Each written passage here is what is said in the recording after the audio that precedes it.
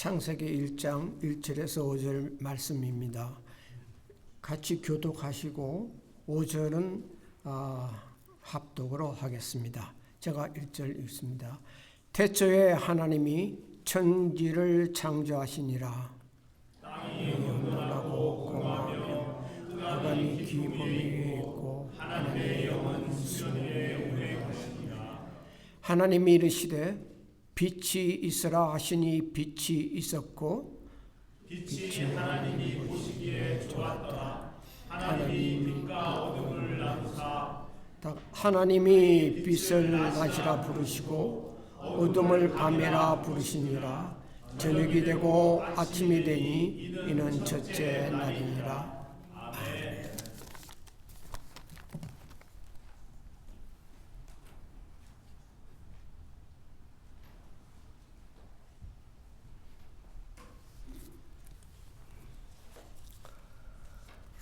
새해 복 많이 받으세요.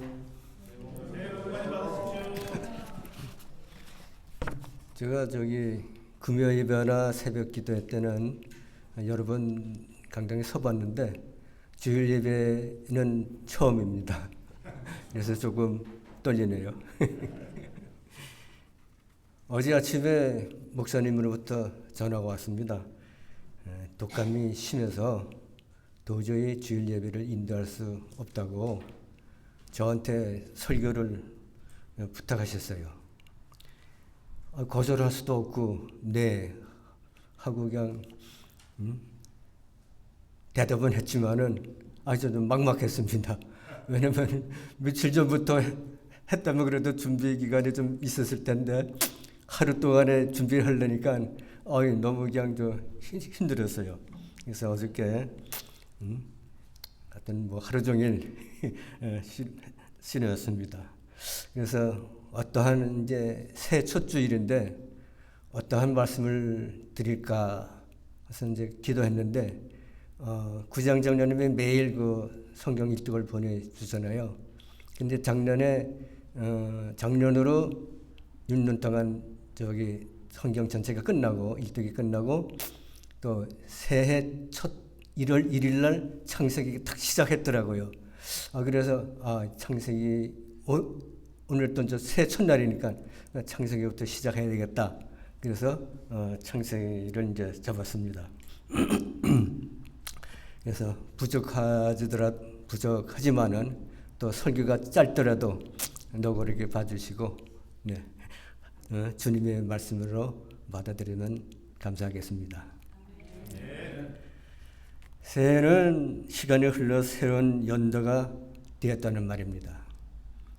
새해는 시작의 날을 나타내며 또 새로이 시작하는 순간이기 때문에 새로운 각오를 다짐하며 계획을 세우기도 합니다. 새해를 많이 맞이하면 어떻게 됩니까? 많이 맞이할수록 나이는 들어가고 노쇠했다는 증거고 또 죽음이 곧 생애가 한테 다가온다는 것입니다. 저도 올해가 80입니다. 시편 90편에 모세의 기도가 나와 있습니다. 우리 연수가 70이요 강건함은 80이라도 그 연수의 자랑은 수고와 슬픔뿐이요 신석히 가니 우리가 날아서 가나이다 했습니다.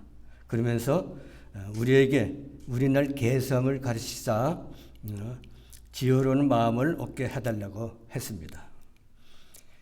유대인의 지혜 탈무드에 나오는 이야기입니다. 하루는 다윗 왕이 궁중에 금 세공사를 불러서 자신의 반지를 하나 만들어 글귀를 새기라고 하였습니다. 전쟁에서 승리하거나 위대한 일을 이루었다고 우쭐하지 말고 또 견디기 쉬운 힘든 절망에 빠졌을 때 용기를 주는 글귀여야 한다고 주문했습니다.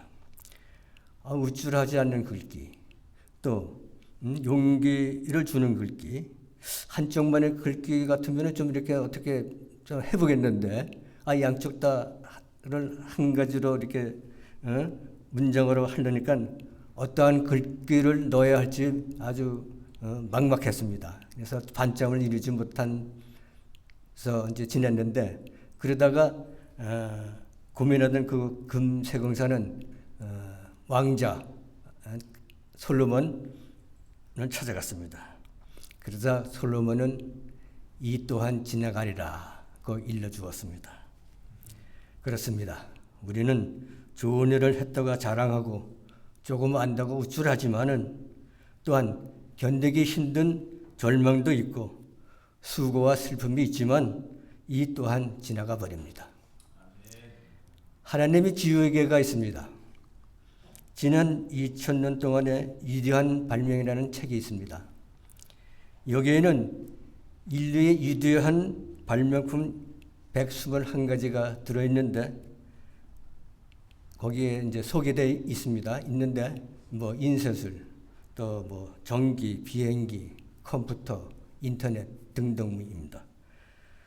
그런데 놀랍게도 대단한 발명품 가운데 아주 보잘것 물건 하나가 있습니다. 바로 지우개입니다. 지우개 때문에 인류의 기록 문화가 극적으로 발전하게 된 까닭입니다. 만약 지우개가 없다면은 미술가, 시인, 작가, 음악가의 작품들이 현재와 같은 완성도를 이루지 못했을 것입니다.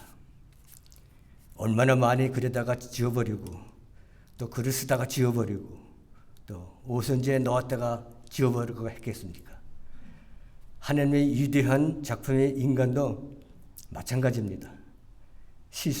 실수투성이는 인생을 하나님의 용서와 사랑으로 지어주시지 않는다면 우리 인생은 죄와 얼룩과 저주로 실패하고 말 것입니다. 새해를 맞이하면서 지난 한 해를 뒤돌아보며 지워버릴 것은 지워버리십시오. 힘들었던 거 지워버리세요. 뭐 원망했던 거 지워버리세요. 또 뭐 껄끄러운 관계가 있습니까? 지워버리세요. 미워하는 사람 있어요? 지워버리세요. 잘못하고 있어요? 지워버리세요. 또 점검할 것은 점검하고 정비하는 순간순간 갖기를 바라며 앞으로 다가올 이 한 해를 어떻게 지혜롭게 보낼 수 있을까 해서 설교 제목을 빛 안에서 살려고 정했습니다. 빛은 숨겨지기 위해 있는 것이 아니고 나타나기 위해 있습니다. 등불을 켜서 아래에 두는 자가 없듯이 숨겨진 빛은 아무 쓸모가 없습니다. 하나님의 자녀로서 삶의 역할을 다하는 사람은 하나님의 의지하고 모든 것을 맡기고 사는 것이 무엇을 의미하는지 남에게 나타내고자 합니다. 이렇게 하는 목적은 자기 자신을 내세우는 데 있지 않고 우리 속에 빛을 주신 하나님을 나타내는 데 있습니다. 캄캄한 바닷가 등대의 불빛이 항해하는 배가 안차에 걸리지 않고 바로 항해하게 하는 안내자의 역할을 하듯이 우리 그리스도인의 역할은 어떻게 살아야 할지 몰라 또 어두운 가운데서 방황하는 인생들에게 바로 사는 길을 보여줄 용기 있는 안내자의 역할을 해야 합니다. 참 평안과 기쁨의 삶은 희락과 명예와 부에 있지 않고 생명이신 주님을 의지하고 믿고 사랑하며 사는 길임을 보여주고 있습니다. 죄송합니다. 물 좀 먹겠습니다. 이게 자꾸 말했네.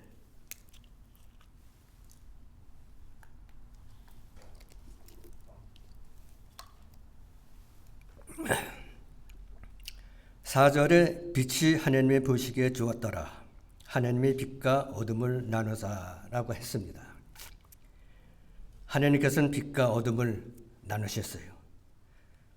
빛은 진실과 어려움을 상징합니다. 어두움은 무지와 잘못과 악함을 상징합니다. 하나님은 정한 것과 부정한 것, 거룩한 것과 속된 것, 제된과 순결한 것, 옳고 그름을 철저히 나누셨습니다. 이 분리를 통하여 하나님의 자녀된 우리에게 하나님을 향한 삶의 원리, 곧 거룩한 삶을 터득하도록 하셨습니다. 우리 빛 가운데서 빛의 자녀다운 삶을 살기 위해서는 어둠에 대한 분명한 태도가 있어야 합니다. 에베소서 5장 11절을 보겠습니다. 자, 함께 공독할까요? 너희는 열매 없는 어둠의 일에 참여하지 말고 도리어 청명하라 라고 했습니다. 우리는 열매 없는 어둠의 일에 참여하지 않아야 합니다. 왜냐하면 빛의 자녀들은 어둠의 세상 속에 살고 있어서 제약된 생활에 쉽게 빠질 수 있기 때문입니다. 적극적으로 어둠을 청명하여야 합니다. 빛이 비추면 어둠이 물러가듯이 악한 행위는 청명받아야 하고 드러내져 비난받아야 합니다. 빛이 비치면 자신의 바른 모습 또 추한 모습을 모두 보게 됩니다. 이 비추어진 모습에서 가치관이 변하고 태도의 변화를 갖게 됩니다. 그 빛으로서는 서로를 따스하게 해주는 사랑의 삶을 살게 됩니다. 초등학교 미술 시간에 선생님께서 아이들에게 빛을 그리라고 했습니다. 그러자 아이들이 자신들이 생각하는 빛에 대하여 그렸습니다. 어떤 아이는 하얀 물감으로 빛을 표현했고 또 어떤 아이는 노란색으로 배경등을 표현했습니다. 또 어떤 아이는 빨간색으로 타오르는 태양을 그렸습니다. 실제로 우리 눈으로 볼 때는 아무런 색깔도 보이지 않지만 아이들은 자신들이 느꼈던 빛의 색깔을 도화지에다가 표현했습니다. 이들 중 과연 누구의 그림이 정확한 것입니까? 우리가 과학 시간에 배운 바로는 빛은 빨주, 노초, 파남보 7가지 색깔로 분류됨을 알 수 있습니다. 그러므로 빛은 빨강이든 노랑이든 파랑이든 모든 색이 다 맞는 것입니다. 빛이 분류될 때는 7가지 색으로 나타나지만 그 다른 7가지 색이 한 곳으로 합쳐질 때는 아무런 색도 없이 그저 환하게 비추는 빛으로서 나타나게 되는 것입니다. 각기 분류된 7가지 색은 빛이시긴 하지만 빛으로서의 온전한 기능을 다하지 못합니다. 우리 모습이 바로 이와 같은 것입니다. 서로가 다른 성격, 다른 색깔의 성도지만 그리스도 안에서 하늘로 뭉쳐 빛을 발할 때 그리스도의 영광이 나타날 수 있지만 제각기 자신의 모습만을 나타내려고 이기적으로 살아갈 때는 그리스도인으로서의 모습은 나타낼 수가 없습니다. 우리는 세상의 빛이지만 등경 위에서 많은 것을 향하여 비춰야지 등경 아래의 빛을 자기에게로 모으기만 한다면 참 빛의 사명은 다하지 못할 것입니다. 7가지 전혀 다른 색이 모여 빛을 발했듯이 이제는 각기 다른 우리의 색깔을 감추고 빛이신 그리스도의 색깔만 나타내며 빛 안에서 살아가는 우리 모두 하늘의 공동체 되기를 바랍니다. 기도드리겠습니다. 하나님 아버지 감사합니다. 부족한 제가 두서없이 말씀을 전했습니다. 새해를 맞이하여 이제까지 살게 해주신 하나님의 은혜를 감사합니다.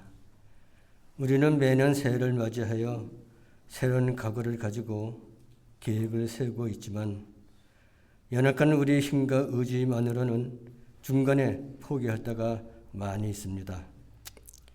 우리에게 지혜를 주셔서 흔들리지 않게 하시고 순간순간 일깨워 주셔서 끝까지 나갈 수 있도록 격려해 주시고 용기를 주옵소서. 독감으로 병원에 입원 중에 계신 목사님이 고통받고 계신데 치료가 잘 되어서 건강한 몸으로 온전히 회복되시기를 간구합니다. 예수님의 이름으로 기도드립니다. 아멘.